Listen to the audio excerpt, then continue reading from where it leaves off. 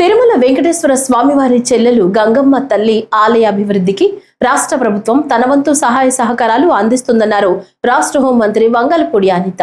తిరుపతిలోని గంగమ్మ ఆలయాన్ని సందర్శించిన హోంమంత్రి అనిత ఆలయంలో ప్రత్యేక పూజలు నిర్వహించారు. అనంతరం హోంమంత్రి మాట్లాడుతూ గంగమ్మ ఆలయాన్ని ఇప్పటికే దేవాదాయ శాఖ టీటీడీ నిధులతో అభివృద్ధి చేస్తున్నట్లు వెల్లడించారు. భక్తుల రద్దీ పెరుగుతున్న దృష్ట్యా ఆలయాన్ని మరింత అభివృద్ధి చేస్తామన్నారు. నిజంగా ఇది ఒక పూర్వజన్మ సుకృతి కింద భావించాలి.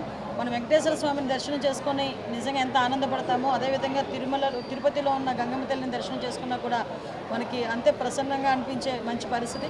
ఈరోజు ఇక్కడ అమ్మవారిని దర్శించుకోవడం, అదేవిధంగా ఇక్కడ మా చైర్మన్ గారు అందరూ కూడా మహేష్ అందరూ కూడా ఇక్కడ మా ఎమ్మెల్యే గారు సుధీర్ గారు తమ్ముడు సుధీర్ గారు, అదేవిధంగా మా బోర్డు మెంబర్ పనబాక లక్ష్మి గారు, అదేవిధంగా మా శాప్ అధ్యక్షుడు రవి గారు అందరూ కూడా ఈరోజు ఇక్కడికి వచ్చి అందరం కూడా కలిసి దర్శించుకోవడం అనేది నిజంగా చాలా అదృష్టం కింద భావిస్తున్నాం.